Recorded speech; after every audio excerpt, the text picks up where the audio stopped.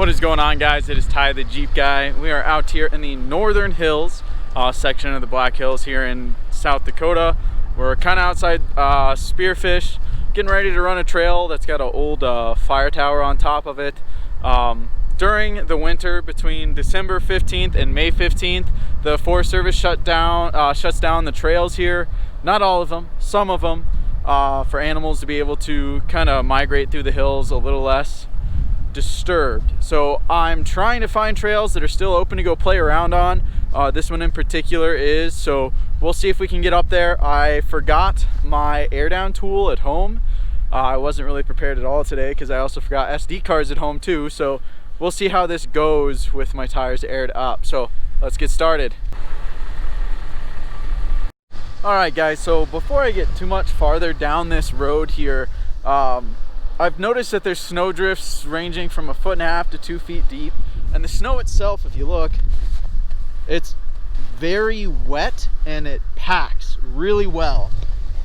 When it comes to snow wheeling, I got 33s and a little worn out inline 6. That's gonna swallow my tires and stop me dead in my tracks. If I get through today without getting stuck, I'm gonna be beyond impressed and surprised. Before I go farther down this and get myself into any trouble, I just want to check all my gear and make sure it's functional and I have it with me. That way I'm not putting myself into a scenario where I get stuck and I don't have what I need with me or something doesn't work. So I'll go ahead and lay out what I have with me, what I'll be using, what I'm carrying, and I'll ensure that my winch works. So I do a lot of solo off-roading. I go out by myself a lot. Having Thursdays off in the middle of the week, not a lot of people are off, so it's one of my chances to get out and escape by myself. Now, one of the biggest things you need to do if you're going to do this and go out by yourself off-roading is make sure someone knows where you're going to be. I always let somebody know with a capable rig know where I'm going and what time they expect me to kind of be out of there. That way they know if, hey, he's not at work today or I didn't hear back from him, they know where I might be stuck at. Now, as well as letting someone know, I do have recovery gear. One of the best pieces of equipment you can have if you're going to be out doing stuff like this is a winch. I've already done a review of my Smitty-built winch. That's why I'm going to check if it works here next. I have a tree strap. You just need a strap to go around the base of a tree. That way you're not destroying it whenever you go to make a tug. So we're out here to enjoy the outdoors. We're not here to destroy everything and leave nothing but destruction in our path. You know, we want to leave it almost as, you know, untouched as possible. So this strap, if I were to get stuck today, I wrap it around the base of the tree, I run my D-ring through it, and I hook my winch up to it, and it allows me to pull from a tree without my cable digging into that tree. I've got my winch controller. Next, I'm going to hook it up and ensure that my winch works. So my tire fill gauge that I have for my air compressor has this little button here that allows me to let air pressure out of the tire. Well, it's not ideal. At least I can hook this up, see where I'm at, and slowly air down my tires.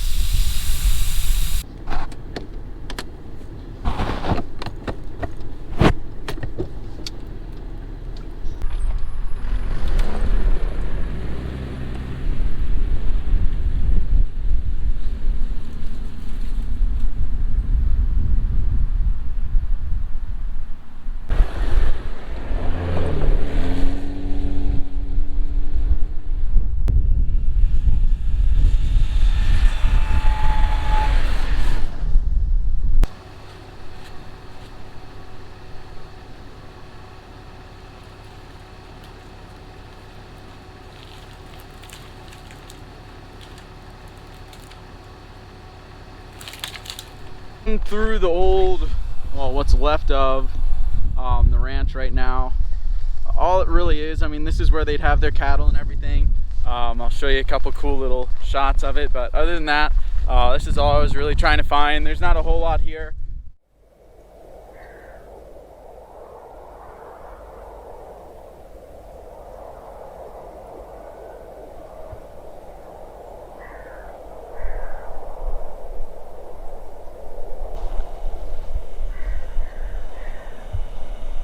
Alright, so before I lose sunlight, I figured I started this video talking about like the proper way to winch, and I never really went into it.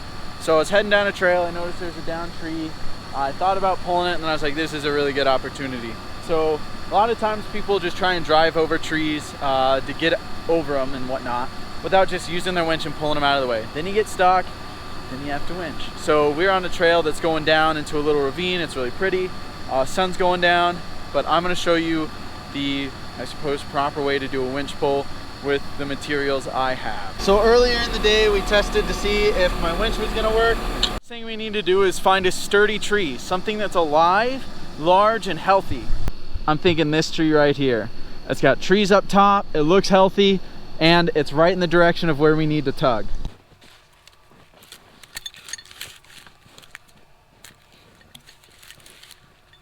So we want to go from the base of the tree. That's where it's strongest, that's where its roots are.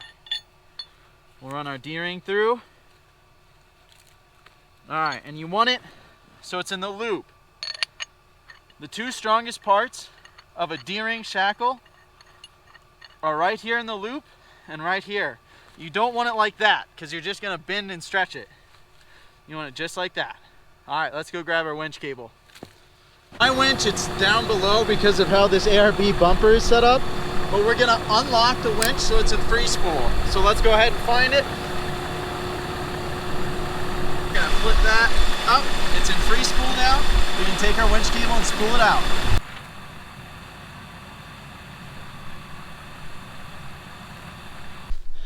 Whew. So now that we've got our winch cable here where we're going to tug from, what we want to do, I'll show you. Let's set you down here. You're going to take your winch hook, take your D-ring, and you want it set up so that the hook the clevis is facing down. That way, if for some reason that part right there fails, instead of going flying upward, it goes flying downward into the ground. So we're going to go ahead and put some pressure on this, and I'll show you the next step.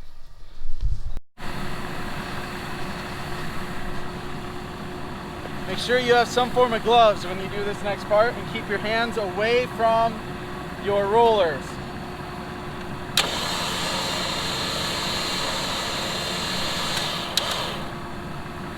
All right. So we have pressure on our winch line, not a whole lot, but enough. Our controller is ran to the cab. You might be saying, all right, we're ready for a winch pull. Not yet. One last thing we should do to ensure we're doing this safely.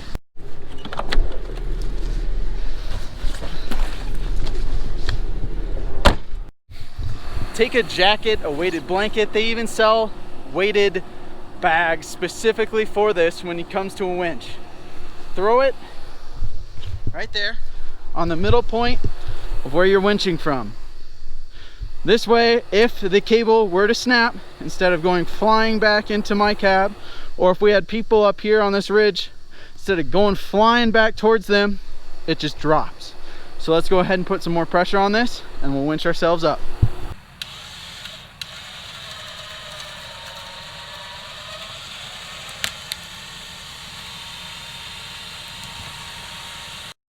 Well, it looks like we've run into an even bigger tree. With the high winds we've had recently, I'm not surprised that we've been running into these. No way. I think I just found mountain lion tracks. Holy cow. Alright, well, I'm gonna come back out here one of these days with the saw. I'll get this cut out of the way and we'll see what's on that other end one of these days. P.S. If any of you Cherokee guys watching have a spare passenger side taillight, hook your boy up.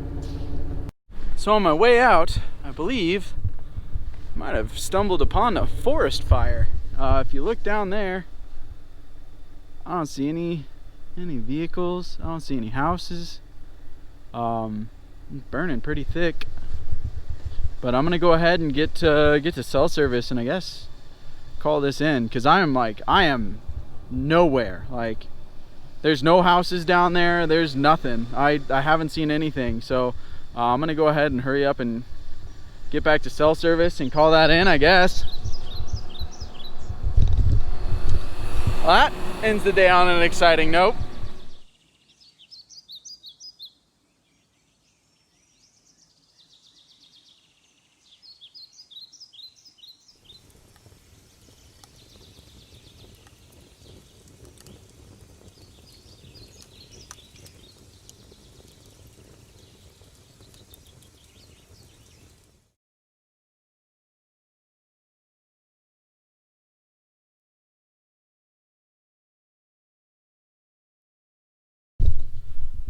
All right, guys, well, we're gonna end today's video. The sun's going down and we had quite the adventure. I'm sorry I didn't film too much of it. It was a lot of highway time. Snow, once it starts getting deeper, it's hard to get out and film every shot because then I'm worried about getting stuck in the snow. So we got to check out the Nanette Ranch, and which, I mean, I've been trying to find that for a little while. It was a lot easier than I thought, a lot more deeper snow than I thought too. Then we went and found the Loose Slipper, which is another mine that I've been meaning to track down. Down in the ravine, allegedly there's a huge structure. Hopefully I can get back out there with some saws and clear those trees up and get down there and check it out a little bit more. So I hope you guys enjoyed today's video. I'm gonna head back into town and grab myself a beer. So remember to get on out there, guys, and keep on jeeping on. The thrill of the wild. One vehicle captures that feeling with the strength and agility to master most any terrain. Nothing stands in its way. Jeep, like nothing you've ever driven. There's a feeling you can get